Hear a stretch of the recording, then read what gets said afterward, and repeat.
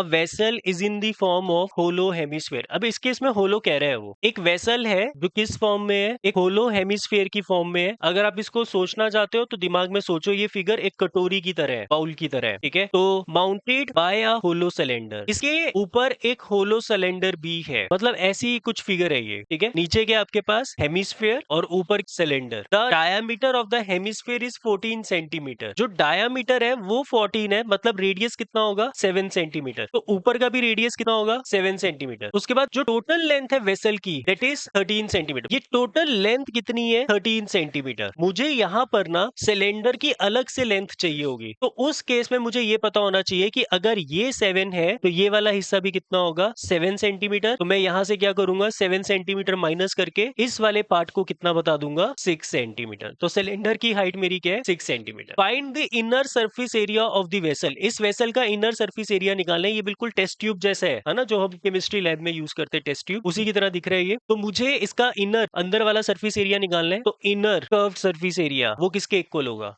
Cylinder plus hemisphere, मतलब curved surface area of cylinder plus curved surface area of hemisphere. अब मेरी बात ना ध्यान से सुननी है बेटा, इन सब क्वेश्चंस के अंदर ना हम सबसे पहले ये वाली इंफॉर्मेशन लिखेंगे, ठीक है। उसके बाद दूसरे स्टेप में हम इनके फॉर्मूलाज लिखेंगे। तीसरे स्टेप में डायरेक्ट वैल्यू नहीं पुट करनी, फॉर्मूलाज में से चीजें कॉमन निकालनी है, और उसके बाद वैल्यूज पुट करके कैलकुलेशन करेंगे, तो कैलकुलेशन आसान होगी। अगर आप इसको अलग निकालोगे और इसको अलग निकालोगे, मतलब आप अपनी कैलकुलेशन मुश्किल कर रहे हो, ठीक है। तो CSA ऑफ सिलेंडर क्या होता है 2 पाई आर एच। उसके बाद CSA ऑफ हेमिस्फीयर। अब यहां पर भी एक सीखने वाली चीज है, अपने आप से हमेशा एक क्वेश्चन पूछना है कि जो सिलेंडर का रेडियस था छोटा आर मैंने माना है, क्या वो भी हेमिस्फीयर का सेम छोटा आर ही यूज होगा? अगर हाँ तो छोटा आर, नहीं तो बड़ा आर छोटा आर या R1 R2 लेना है आपने, ठीक है। तो यहाँ पे CSA of hemisphere that is 2 pi r square. और फिर क्या करो कॉमन ले लो, 2 पाई आर अंदर बचेगा H प्लस आर। कॉमन लेने के बाद वैल्यूज फिल कर दो, 2 इंटू 22/7 इंटू 7, H की जगह पर 6 और इस R की जगह पर 7। 7 से 7 कट गया, ये हो जाएगा 44 इंटू 13, मतलब ये आ जाएगा 52। 52 इंटू 11 करोगे तो आपका आंसर आएगा 572